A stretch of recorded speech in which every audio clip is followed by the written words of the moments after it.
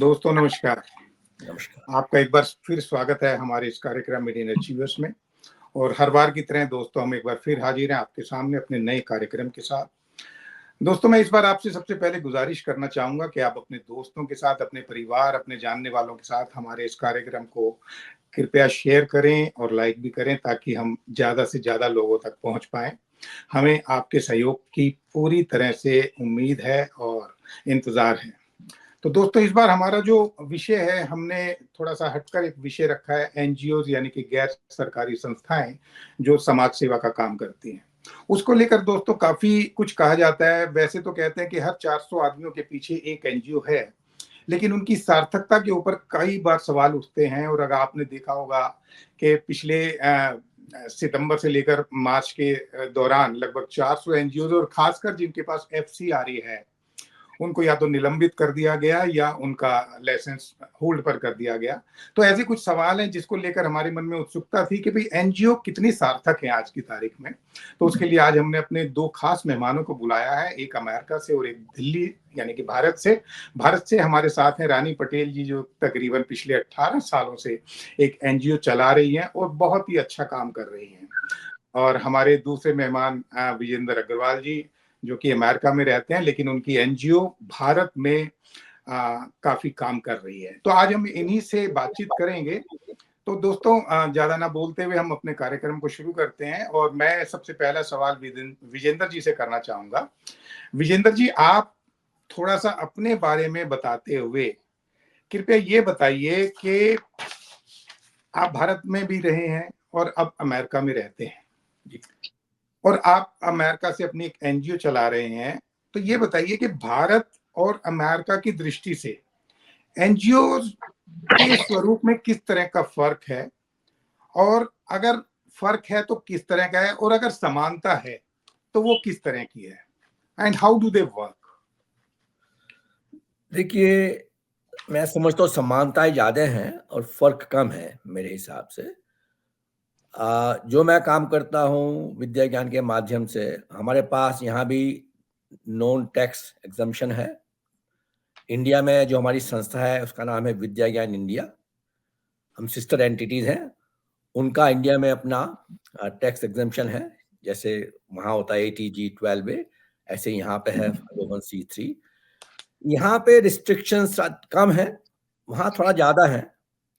हमको यहाँ भी टैक्स फाइल करना पड़ता है अंकल सैम को, और इंडिया में भी हम इनकम टैक्स फाइल करते हैं, इवन दो हम टैक्स एग्जम्प्ट हैं। इंडिया में एक विशेष जो दिक्कत है, परेशानी है, वो FCRA की होती है। हमारे पास FCRA था, अब फिलहाल वो खत्म हो गया था, तो इस समय पेंडिंग में है, प्रोसेस में है। तो एक वो एडिशनल एक कंपोनेंट है जो हम सफलता से कर पाए पिछली बार, और अभी भी मैं समझता हूँ अगले 2-4 महीने में वो साफ हो जाएगा, क्लियर हो जाएगा। ठीक है, तो काफी अच्छा काम है, मतलब उस हिसाब से ठीक ठाक।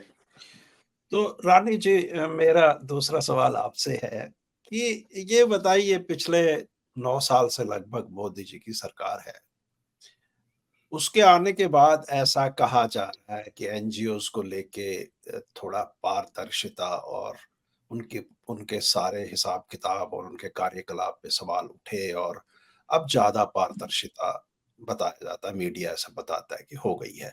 आपका क्या कहना है, क्या परिवर्तन आया इस समय? सबसे पहले तो मैं आप लोगों को बहुत-बहुत बधाइयाँ और शुभकामनाएँ देना चाहूँगी। रियली मैं बहुत अपने आप को जो है ब्लेस्ड फील कर रही हूँ। आप विजय जी और राजीव जी के साथ में कन्वर्सेशन करके, क्योंकि आपका जो ये है माने वर्सेटाइल आपका जो है डिफरेंट टॉपिक्स को कवर करता है। I really appreciate that and मैं बहुत प्रोत्साहित हूँ। आपका क्वेश्चन का जो रिप्लाई इस तरह मैं करूँगी, हाँ डेफिनेटली, क्यों जो नए तरीके के नए पॉलिसीज के तहत बहुत से जो ऑर्गेनाइजेशंस, जो नॉन फंक्शनल ऑर्गेनाइजेशंस हैं, उनको वीडिंग मतलब जो है हुई है, उनकी मतलब जो स्मूथ रनिंग में या नहीं तो फिर बहुत सारा जो मनी मोबिलाइजेशन वगैरह है उसमें बहुत ही मतलब ये आया है, लोग डरे हुए हैं। पर स्थिति की बात जहाँ कहेंगे तो हमारी स्थिति जो ऑर्गेनाइजेशन की है वो स्लम ड्वेलर से कोई कम नहीं है। हीनता है, पैसे नहीं हैं, रिस्पॉन्सिबिलिटी है और आपको कोई गाइडलाइंस क्लियर नहीं है। आपका कोई डेफिनेशन नहीं है ऑर्गेनाइजेशंस को रन करने का। और हर रोज के नए स्पेशली एफसीआरए के जो नए-नए पॉलिसीज बने हैं, उस पर लोगों को बहुत ज़्यादा अवेयरनेस नहीं है, ये बहुत टेक्निकल है, जिस वजह से बहुत से ऑर्गेनाइजेशन इवन मैं भी कई बार सोचती हूँ कि क्या इससे आगे मैं जा सकती हूँ? क्योंकि now it is not a herculean task, now it is a Hercules task. जी, जी। ओके। तो रानी जी, आपने तकलीफें बता दी कि भाई क्लियर नहीं है पॉलिसीज और बहुत कॉम्प्लिकेटेड है। तो मेरा आपसे एक सवाल है, हो सकता है कि आपको अच्छा ना लगे, मैं पहले से ही माफी मांग लेता हूँ उसके लिए, कि आम आदमी के दिमाग में ये इमेज है कि आदमी एनजीओ बनाता है पैसों के लिए, क्योंकि वो कहते हैं कि भी वो कुछ पहले चढ़ावा चढ़ाकर सरकारी डिपार्टमेंट में अपना प्रोजेक्ट पास करा लेता है, फिर कुछ परसेंटेज वो काम पर लगाता है और बाकी जेब में डाल लेता है। और जिस वजह से एनजीओ का आज जो स्वरूप होना चाहिए वैसा स्वरूप दिखता नहीं है। ठीक है, क्या आप इस बात को मानती हैं? और क्या मोदी जी के आने के बाद अगर कुछ फर्क आया है तो क्या फर्क आया है, और क्या ये इमेज सही है या नहीं है? मैं इस पर बहुत टिप्पणी नहीं करना चाहूंगी, लेकिन डेफिनेटली ये कहूंगी, मुझे मोदी जी आए या नहीं तो कोई माने पर्टिकुलर पार्टी की बात नहीं करूंगी, जी। लेकिन ऑर्गेनाइजेशंस का स्तर जो है बद से बदतर हो गया है। मैंने आपको एक ही लाइन में बता दिया है कि हमारी स्थिति स्लम ड्वेलर्स की तरह है और ये अब मुझे लगता है ऊंचे लोगों की ऊंची बातें हैं ऑर्गेनाइजेशंस चलाना। रानी जी, यहाँ मैं एक आपको थोड़ा-सा हम डाइवर्ट हो रहे हैं। मैं आपको ये पूछना चाहता हूँ कि आप तो 18 साल से चला रही है इस संस्था को। जी, जी, तो ये जो सरकार का तंत्र बदला है या ये तो 9 साल से है। तो आप जी। उससे पहले भी स्लम डवेलर की स्थिति थी या बेटर थी? पहली बात। दूसरी सर बात हम जी, चलिए नहीं बताइए। बताइए प्लीज़। दूसरी बात ये है कि अ, एक मछली जो है वो सारे तालाब को गंदा करती है। जी, आपको पता है इस बात का। जो कुछ मैं भी नहीं लेना चाहता, जो कुछ गुजरात में कुछ संस्थाओं द्वारा किया गया, जिसका कि सुप्रीम कोर्ट ने भी संज्ञान लिया और उन लोगों को जेल भी भेजा गया। उस तरह की स्थितियों में सारे ही एनजीओज़ पे सवाल खड़ा हो जाता है कि भई ये लोग अपनी साड़ियाँ खरीदते हैं, मेकअप करवाते हैं और कपड़े खरीदते हैं और चप्पलें खरीदते हैं और पैसा जो है एनजीओ के नाम पे लेते हैं। तो अब हर एनजीओ को उसी शंका की दृष्टि से आम जनता देखने लगी है कि भई ये क्या है? तो जी। इसके बारे में थोड़ा-सा बताइए। ये एक बहुत बड़ी रिस्पॉन्सिबिलिटी थी सर, जी, लोगों को ये धारणा और मेरे ख्याल से आप एक मछली तालाब को खराब करती है नहीं, एक्चुअली कुछ मछलियाँ जो तंदुरुस्त हैं वो जीवंत नहीं हो पा रही हैं। तो ये मेरी भी एक जिद है कि मतलब प्रूफ ये करना है कि ऐसा नहीं है कि जो अच्छे काम करते हैं वो जी नहीं सकते हैं। जी, हमने बहुत शिद्दत से हमने काम किया, बहुत ट्रांसपेरेंट वे में काम किया। हमारे बुक्स ऑफ अकाउंट्स को हमने बहुत क्लियरली रखा है और शायद हम लोगों को यदि कोई पूछे तो हम लोग बहुत सारा फंडिंग कॉर्पोरेट या नहीं तो फिर गवर्नमेंट की फंडिंग हमारी नहीं है। हम लोग बहुत इंडिविजुअल डोनर्स और हमारे जो मेंबर्स हैं, आरोहण जिस दिन से शुरू हुआ है, हम लोग ब्लेस्ड हैं, बहुत अच्छे लोगों के साथ में एसोसिएशन का, जो कि कॉस्ट इफेक्टिवनेस की वजह से और शायद मैंने अपना जीवन इसके लिए दे दिया है, दिन और रात जो है सिर्फ इसी में लगे रहते हैं। मुझे जी, फ्यूचर का पता नहीं है, लेकिन इस वक़्त तक तो हम लोग बहुत ही शिद्दत से काम कर रहे हैं और मेरे ख्याल से अच्छा काम करने से हर कोई एप्रिशिएट करते हैं। जी, बहुत अच्छा, बहुत बढ़िया। जैसा आपने हमें किया। जी, तो विजेंद्र जी, अगला हाँ जी, प्रश्न आपसे मैं करना चाहूँगा और वो जी। ये है कि आप तो यहाँ रह रहे हैं, हमारे पड़ोसी हैं, पास में ही रह रहे हैं। जी, तो ये आपका कार्य क्षेत्र जो है वो भारत है। जी, आप तो बहुत बड़े-बड़े पदों पे यहाँ अमेरिका में रहे हैं। आप डीन थे, वाइस चांसलर थे, बड़े पदों पे, और वो भी जो टेक्निकल इंस्टीट्यूट्स हैं, मतलब इंजीनियरिंग के, और वो। जी, तो मुझे ये बताइए, मेरे मन में कभी-कभी ये सवाल उठता है जब भी मैं भारत जाता हूँ, और भी मेरे कई मित्र हैं जो एनजीओज़ चलाते हैं। यहाँ से थोड़ा-सा प्रयास मैंने भी किया 1-2 बार, बस्ते-बांटे जाके स्कूलों में। मैं ये पूछता हूँ कि ये जो अमेरिका में या विदेशों में भारतीय बसे हुए हैं, जी, वो भारत में जाके कै-कै गै-गै ही क्यों पढ़ा रहे हैं? मतलब वहाँ तो वो सब करने के लिए तो हमारे देश में बहुत सारी संस्थाएँ हैं, रानी जी भी वहाँ हैं, इन जैसे बहुत से लोग हैं। आप जैसे जो हाइली एजुकेटेड और हाइली क्वालिफाइड पर्सन है, उनसे हम ये उम्मीद करते थे कि वो भारत के गाँव में जाके उनको इलेक्ट्रॉनिक्स बताएँगे, उनको उन साइंटिफिक चीज़ों के बारे में बताएँगे, जो अभी तक 70 साल देश आज़ाद होने के बाद भी उनको नहीं मिली हैं। पर ऐसा हो नहीं रहा। 90% हम लोग यहाँ रिटायर होके जो काम शुरू करते हैं, वो सिर्फ़ स्कूल लेवल तक बच्चे और बालिकाओं तक रह जाता है और उससे आगे बढ़ नहीं पाता। इस बारे में आपके क्या विचार हैं?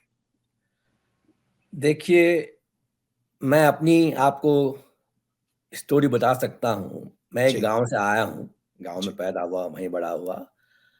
सबके आशीर्वाद से मैं वहाँ से यहाँ पहुँच गया, अमेरिका पहुँच गया। जी, तो जब मैंने रिटायरमेंट लिया था इसी काम के लिए, मेरी सोच ये थी कि हर गाँव में, हर स्कूल में 2, 4, 6 बच्चे ऐसे हो सकते हैं, जो वहाँ से कामयाब होके निकल सकते हैं।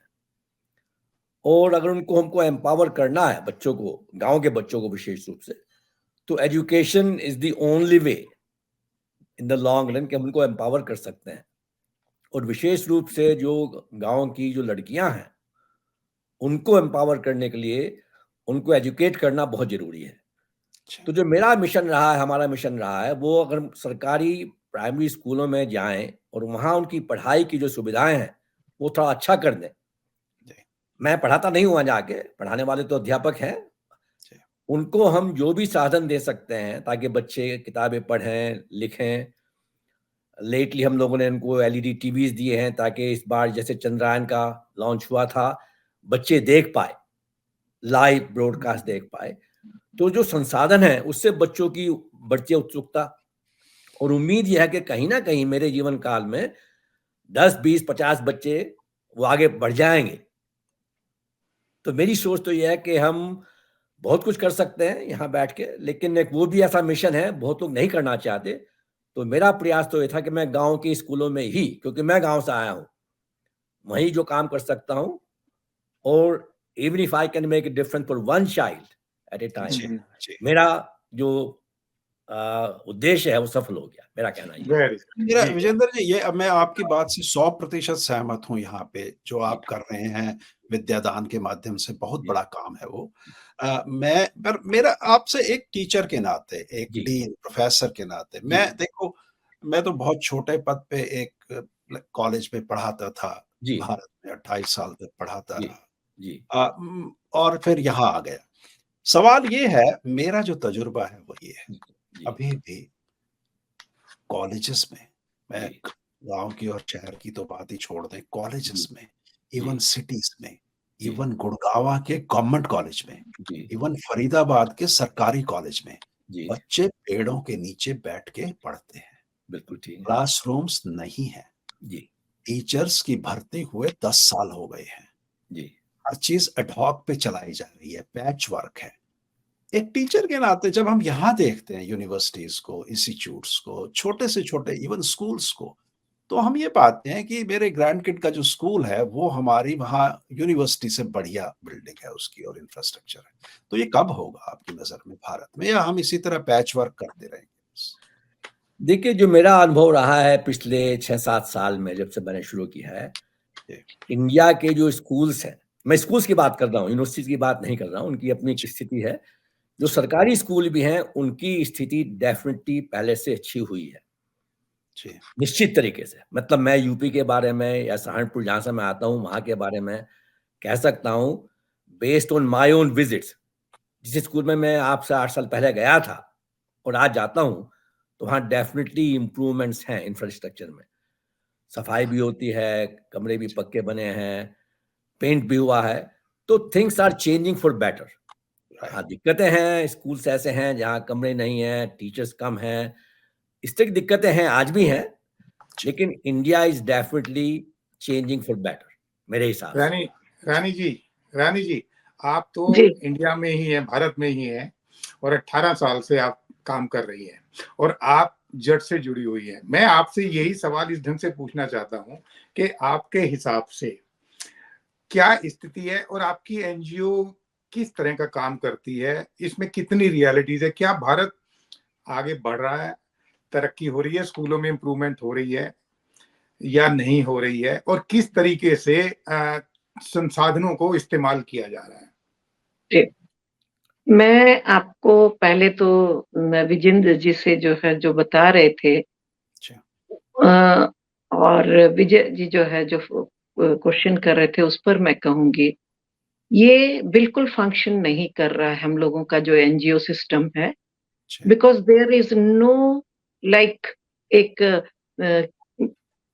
व्हाट यू से, मतलब एक दूसरे के साथ में कोई संबंध नहीं है। जिसको जो मिल रहा है वो करने की कोशिश कर रहा है without having any kind of knowledge और awareness anything. There is no umbrella for it, जहाँ के लोग जाकर के एक जैसे एजुकेशन में काम कर रहे हैं वो सारे एक एजुकेशन पर काम करें और जो हेल्थ पर काम कर रहे हैं वो मिल के काम करें। तो टुकड़ों में काम कर रहे हैं, तो टुकड़ों में काम करने की वजह से आपका बहुत सारा इन्वेस्टमेंट वेस्ट होता है। टुगेदरनेस से जो है वो बचत होती है, ज्यादा लोगों को दिया जा सकता है और कोई ये नहीं है इस पर कि अकाउंटेबिलिटी नहीं होती है। और I am so sorry to say जो हमारे एजुकेशन सिस्टम को ही मैं कहूंगी जो एनजीओ को फंड कर रहे हैं, whoever is, they themselves do not have any kind of like whom, where, how to मतलब invest their money, right? So इसमें क्या होता है कि ये अब जो है पैशन नहीं फैशन हो गया है। Everyone wants to like do this kind of work to speak that we are, sir माफी चाहूंगी मैं इस तरह की बात कर रही हूँ, ठीक है? तो ये एक फैशन सा हो गया है। और स्कूल्स की बात आप जहाँ पर कर रहे हैं वहां पर I don't agree at all, specially after COVID. This is very unfortunate. 2 years बच्चों को सरकारी स्कूल में जो बच्चे हैं कोई एजुकेशन से कनेक्ट नहीं, उनको 2 साल प्रमोट कर दिया गया। एक बच्चा जो ग्रेड 5 में है वो 7th में आ गया, ठीक है? 2 साल वो घर में रहा, जो कि उसको कोई मतलब एजुकेशन का नाम से कहीं लिंक नहीं, एजुकेशन वर्ड भी उसने नहीं सुना। तो टोटल बच्चे का 4 to 5 इयर्स लर्निंग लॉसेस हुए। Unrealising this factor, we have opened the schools like nothing has happened। और यदि आप ये कहते हैं कि इंफ्रास्ट्रक्चर बहुत अच्छा हो तो मेरे को लगता है कि महलों में बैठा कर इन गरीब बच्चों को रखा जा सकता है पढ़े हैं करके, but I don't agree with this because जो बच्चों का जो सरकारी स्कूल के बच्चे हैं उनकी स्थिति बहुत ही दयनीय सोचनीय है। जो हम एक होरिजन ये क्रिएट करने की कोशिश कर रहे हैं, जो भी इस चैनल के माध्यम से सुन रहे हैं, I think we need to give a helping hand to the children to study। तो मैंने अपने आंखों से हम तकरीबन 1200 से 1800 बच्चे, 1200 बच्चे तो हमारे यहाँ दिल्ली में ही हैं, 1800 बाकी 600 बच्चे दूसरे जगहों पर भी हैं, जो 8th और 9th के पढ़ने वाले बच्चे हैं। They can't read even single sentences, they do not know the table of 2 and 3 and we are trying to, do we have any mechanism कि जहां हम इन बच्चों को आप कहाँ पर जो है मिलन की बात कर रहे हैं? जी। ऐसे ही रानी जी एक छोटा सा सवाल है इसी में कि आपके हिसाब से स्थिति दयनीय है। क्या कभी आपने ये कोशिश करी कि भाई हम एक ब्लूप्रिंट बनाकर या एक अपनी तरफ से कुछ ऐसा बनाकर सरकार के सामने रखें जिससे कि इसकी एनजीओज की सार्थकता, रेलिवेंस को बढ़ाया जा सके और लोग इसके साथ जुड़ने की कोशिश करें? सर, ये बड़ी हास्यप्रद बात है आप जो कर रहे हैं कि हम ये भेजें करके, क्योंकि जब सरकार ये क्लेम करने लगे कि we are the best, we are world class, we have world class schools. At that time, do you really think a mad person like me can speak even? नहीं, कई बार तो हाथी को चींटी भी परेशान कर जाती है, ऐसी बात नहीं है। मैं एक्चुअली रानी जी की बात से पूरी तरह सहमत हूँ। जो स्थितियां हैं वहां वो इतनी खराब हैं कि एक आदमी के चैलेंज करने से तो कुछ होगा नहीं। चैलेंज नहीं, कोशिश तो करी जा सकती है जी। नहीं, तो हम इसका सॉरी हम ये कोशिश कर रहे हैं कि with our good work we are trying to attract, motivate other organisations जो दूसरे काम कर रहे हैं। रानी जी, हम आपने अभी जो अभी एक मेन बात की वो ये की कि स्ट्रक्चर्ड नहीं है हमारा एनजीओज का जो पूरा सिस्टम है, वो स्ट्रक्चर्ड नहीं है। यानी कि कोई ऐसी एपेक्स बॉडी नहीं है जो उसको कंट्रोल करे, उसको एक सही दिशा दे, और एक दिशाहीनता की स्थिति है। पर मेरा यहाँ सवाल ये है कि जो स्ट्रक्चर्ड है, अब पिछले दिनों आपने जॉर्ज सोरोस के बारे में सुना होगा, जी, विजेंद्र जी आपने सुना होगा। अब वो एक स्ट्रक्चर्ड एनजीओ का स्ट्रक्चर है, एपेक्स बॉडी है, वो अरबोंपति आदमी है और वो सब कर रहा है। उससे होता क्या है? उससे तो फिर जो एनजीओ का कॉन्सेप्ट है फ्रीडम का, वो ही खत्म हो जाता है। फिर तो अब एपेक्स बॉडी के नाम पे तो सरकारें काम करती ही हैं, और अगर कोई इंडिविजुअल एंटिटी जब एपेक्स बॉडी पे आ जाएगा और केंद्रीय हो जाएगी सारी सत्ता, तो फिर वो भी एक सरकार की तरह काम करेगा। रादर वो तो अब आइडियोलॉजी फैलाने का काम करने लगेगा। दूसरी तरफ मैंने यहाँ देखा है, देखिए आप भारत में इस बारे में सोचती हैं, एक सज्जन, मैं छोटी सी आपको बात बता रहा हूँ, आप सुन के आप हैरान हो जाओगे। एक सज्जन मेरे पास आए यहाँ और कहने लगे कि मुझे एक आदमी चाहिए जो हिंदी समझ सकता हो और वो अंग्रेजी भी मेरी समझ सकता हो। तो मैंने कहा बताओ क्या बात है? कहता मेरा भारत में एक एनजीओ से मैं बात करता हूँ, उनको चावल भेजता हूँ। तो मैंने कहा चावल भेजते हो? तो कहते हाँ, वहां भूख से मर रहे हैं लोग और चावल हम भेजते हैं और उससे वो जिंदा है। तो मैंने कहा अच्छा मेरी बात कराओ आप। मैंने बात किया तो वो सज्जन जो थे वो कह रहे अरे, उनको पता नहीं था कि मैं तो हिंदुस्तानी हूं। तो वो कहने लगे कि भाई हम तो चावल आप दे दीजिए हमें चावल। मतलब भारत देश सेकंड बिगेस्ट एक्सपोर्टर है राइस का। आज किसके पास भारत में ऐसा है कि चावल नहीं है? 50 करोड़ लोगों को तो मोदी जी कह रहे हैं हम हर महीने वो दे रहे हैं अनाज। तो ये अब जो बाहर की संस्थाएं हैं वो जब लाभ उठाने लगती हैं, हाँ उनका स्ट्रक्चर्ड है, वो एक स्ट्रक्चर्ड वे से धर्म परिवर्तन के लिए उस एनजीओज का लाभ उठा रही हैं। तो बहुत तरह का चल रहा है सारा सिस्टम स्ट्रक्चर। सर आपको बात को थोड़ा सा मैं आपकी बात को थोड़ी सी इंटरप्ट करूंगी। जी जी प्लीज। भारत जो है एक्सपोर्ट करता है राइस को, लेकिन भूखमरी कमी नहीं है।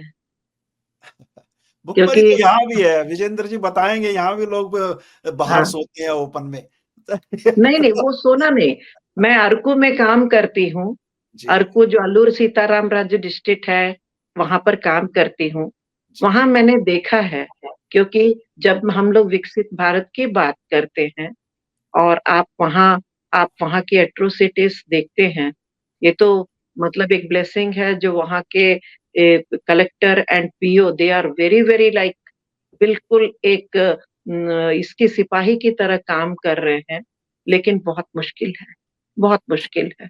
जी चलिए विजेंद्र जी, मेरा आखिरी सवाल आपसे है। जी जी तो आप तो अब अमेरिका में रहते हैं, तो जी भारत की तो काफी बात हो गई और रानी जी के हिसाब से भी बहुत स्कोप है वहां पर इम्प्रूवमेंट होने के लिए। जी अमेरिका में ग्राउंड रियलिटीज कैसी हैं? क्या यहाँ पर भी कुछ विषम स्थितियां हैं, या माने गरीबी है, या उसके लिए भी यहाँ एनजीओ काम करती हैं? कुछ उसके बारे में बताइए। हाँ, गरीबी की डेफिनेशन आप बताइए, तो गरीबी है या नहीं है, डिपेंड करता है डेफिनेशन क्या भाई है। वही जैसे बताया कि बाहर खुले में सोते हैं और उनके पास खाने को नहीं होता है और कपड़े भी नहीं होते हैं, यही गरीबी है। दिमागी गरीबी की तो मैं बात नहीं कर रहा। खैर, जो बड़े शहर हैं वहां पे जी आपको मिल जाएंगे, जो बाहर सोते हैं, उनके पास मकान नहीं है, रहने की सुविधा नहीं है, खाना नहीं है, ऐसे लोग हैं, लेकिन बहुत कम लोग ऐसे हैं। जो मैं देखता हूँ स्कूलों की, जो मैं कंपेयर करता हूँ अपने भारतवर्ष के स्कूल जो है, जिसकी बात की है रानी जी ने, और यहाँ के स्कूल डेफिनेटली वहाँ के मुकाबले में बहुत अच्छे हैं। टीचर्स भी मतलब अच्छा पढ़ाते हैं, अच्छा करते हैं, बिल्डिंग्स अच्छी हैं, सब कुछ है। लेकिन अगर भारत की बात देखें आप, तो ठीक है, दिक्कतें भी हैं, स्थिति दयनीय भी है, लेकिन डिपेंड करता है आपको कितना प्रयास करके किसको कहाँ ले जाना है। मेरी अपनी सोच यह है कि मैं पूरे यूनिवर्स को नहीं बदल सकता, तो मेरा एक लिमिटेड दायरा है। मेरे पास 20-25 स्कूल्स हैं, गाँव के स्कूल्स मतलब हैं मेरे पास, का मतलब मैं वहाँ काम करता हूँ, मेरा मतलब ये है। तो मेरी सोच तो है कि अगर हम 20, 25, 50 स्कूल को भी आगे बढ़ा देंगे, तो भारतवर्ष में कहीं न कहीं परिवर्तन आएगा। अब तो 10 साल बाद आएगा, 20 साल बाद आएगा, भगवान जाने कब आएगा, लेकिन आएगा।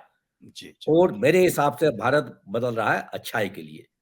और मेरा जो चलिए मिशन है बस वही है कि बच्चों को जितना पढ़ा सकते हैं, आगे बढ़ा सकते हैं, 20 हो, 50 हो, 60 हो, हम कर रहे हैं। ठीक है। चलिए हम यहाँ पर प्रोग्राम को खत्म करते हैं। मैं अपने दर्शकों से गुजारिश करना चाहता हूँ कि वो हमारे कमेंट बॉक्स में जाकर कृपया अपनी राय भी जरूर दें, क्योंकि शायद ये काफी रेलिवेंट मुद्दा है जिसके ऊपर हमें अपनी कंट्रीब्यूशन करना चाहिए, ताकि उन कमेंट्स को लेकर हम उसको पब्लिक प्लेटफॉर्म पर ला सकते हैं। हमें पता चले कि हाँ भाई, आम लोग भी क्या सोचते हैं इस बारे में। और मैं कोशिश करूंगा कि हम इसके बारे में आगे इसका क्या आउटपुट निकलता है उसके बारे में भी आप लोगों को बताएं। बहुत बहुत शुक्रिया आप लोगों का हमारे बहुत कार्यक्रम में धन्यवाद। शामिल धन्यवाद।